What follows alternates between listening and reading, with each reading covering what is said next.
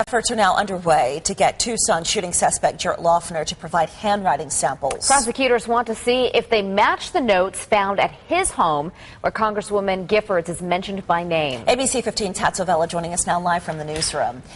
Hatzel, what will a document examiner look for when taking a look at these samples?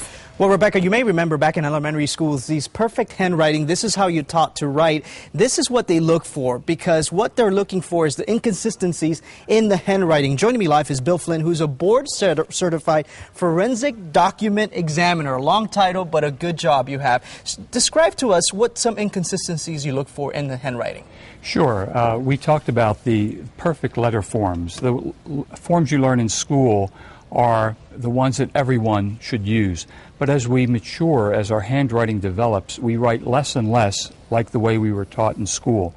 Each of the ways that our handwriting differs from these perfect letter forms are the habit that we've developed as individuals. So when we examine handwriting, what we're really looking for are the flaws in the handwriting, the ways our handwriting no longer looks like the perfect handwriting we were taught in school.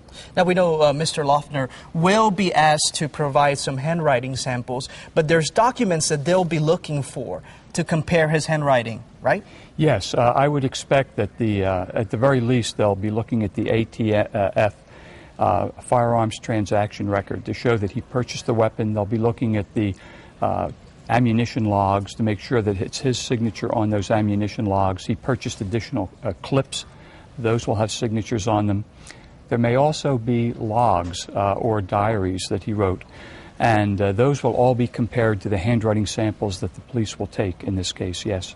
All right, Mr. Flynn, thank you so much for joining us live. Mr. Flynn talking about handwriting samples and what they're looking for when they're looking from one sample, matching one sample to the other. For now, reporting live in the newsroom, Hatzel, ABC 15 News.